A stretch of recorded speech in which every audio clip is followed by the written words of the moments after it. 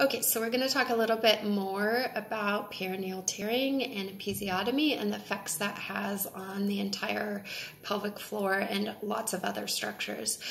In clinic, oftentimes we hear, oh, it was not a big deal, it was just a grade 2 perineal tear and it's healed well. Well, starting at the grade 2 in the system of how we classify that starts getting into a structure that's called your perineal body, and we're going to talk a little bit about that because it's so very important. So just to orient you, these muscles here are the superficial layer of your pelvic floor, okay? And then of course that's the deep layer. But when we look at this structure right here is called the perineal body. A lot of people think that's just skin. No, that's a really important part of our pelvic floors. So why is that so important? Well, this superficial muscle right here attaches into there. The external anal sphincter attaches into there. The transverse perineal muscles attach into there.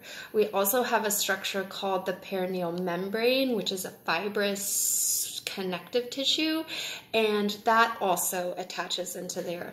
The perineal membrane is really important because there's a lot of things that run through there. One being the urethra and the urethral sphincter. So what does that mean? That means it's the tissue that helps close the sphincter to keep us continent, right?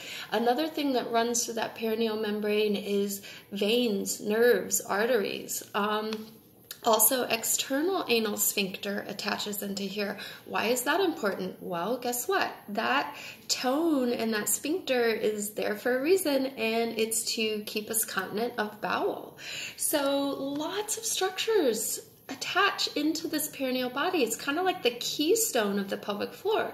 And so when we have tears into that, it's not just this tissue that gets affected, it's everything else that connects into that. And so that is why it is so very important, even at a grade 2, that we pay attention to this, that we rehab this, that we take care of this so that we can regain that resiliency and that strength so that we can have that optimal support for our pelvic floor and all of our pelvic organs, because we have to have this pelvis for the rest of our lives, and it's important that we look long-term about the best ways to keep our pelvic health and wellness, and one of them and one of my passions is to make sure women are getting access to this information and knowing where to seek care.